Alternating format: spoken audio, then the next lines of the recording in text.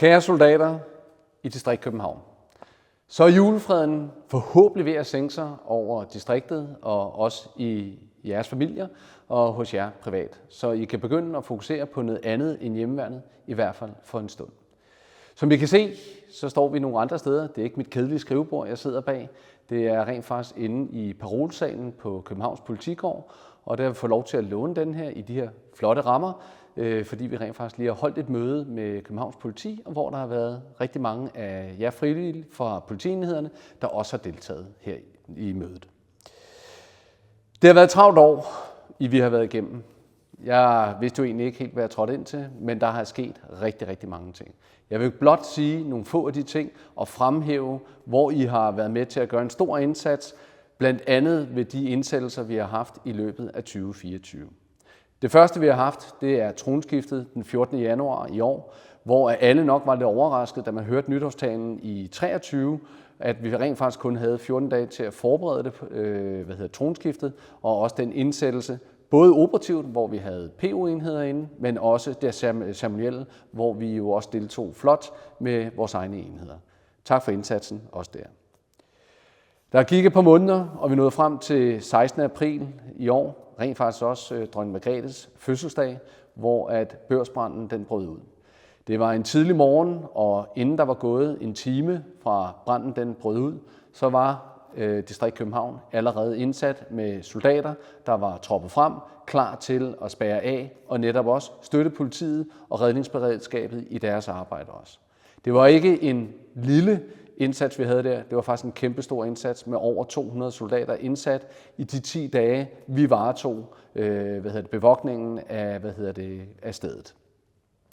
Vi har også modtaget og høstet stor ros for indsættelsen der, blandt andet fra direktøren for Dansk Erhverv, Brian Mikkelsen, der har sendt et takbrev til distriktet og til undertegnet, og også efterfølgende rådhuspandekager ved Københavns Rådhus. Så har der været Host Nation Support. Mange af jer husker Kalundborg. Det at samle styrker til at kunne gennemføre en Host Nation Support-opgave, det kræver også noget for et distrikt som vores. I trådte til, I gjorde det rigtig, rigtig godt, og jeg tror, vi har fået god erfaring, som vi kan bruge i lignende opgaver fremadrettet, hvis sådan må komme. Så var der også FTX, den lå i marts måned i år. Vi var det distrikt i regionen, der deltog med flest soldater. Det er jeg stolt af, og det håber jeg også, at vi kan gøre i 25.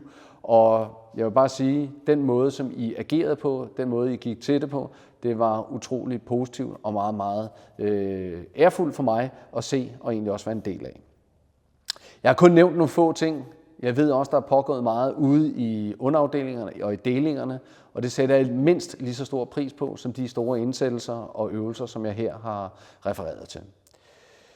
Nu ved jeg også, at vores KFOR 52 Alpha bevogtningsdeling, den er faktisk lige i dag afsluttet deres sidste uddannelsesperiode 3. Så skal de i gang med missionsorienteret uddannelse her i januar, og så er de faktisk klar til at blive sendt afsted til 3 måneder i Kosovo, hvor de skal bevogte lejren eller det, der hedder Camp Novoselo.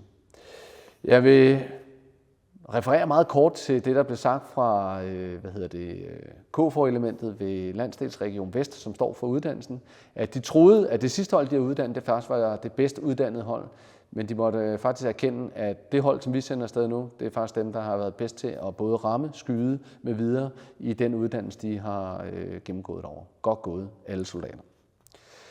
Hvad byder 25 så? Jamen, jeg ved det ikke. Jeg troede heller ikke, at 24 skulle byde både på børsbrand og et tronskifte, så der kan komme uforudset ting, det ved vi jo alle sammen. Men indtil videre, så kan jeg sige, at det vi kigger ind i, det er forholdsvis stram økonomi.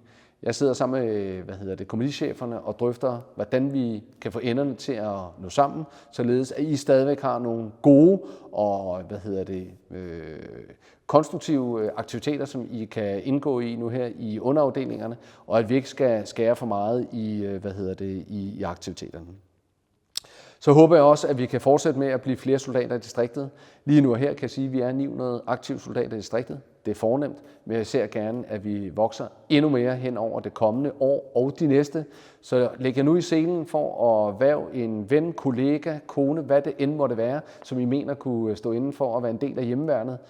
Gør jeres del, det vil jeg sætte en kæmpe stor pris på. Så ved jeg ikke, om der skulle komme noget Host Nation support også i 25. Lige nu og her, så er det lidt uvist, men vi må se, hvad der sker ind i året, når det begynder at løbe af staben. Det jeg kan sige, for nu har vi lige siddet og drøftet det sammen med politiet, det er, at EU-formandskabet i anden halvår 2025, det kommer til at trække nogle kræfter fra Distrikt København.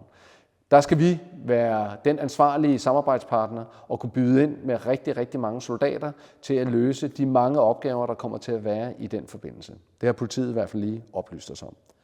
Der er også i anden halvår og i september måned en FTX igen. Den vender jeg tilbage til. Jeg håber, vi når over det tal, vi havde i år. Så skal I ellers bare blive ved med at fortsætte jeres uddannelse.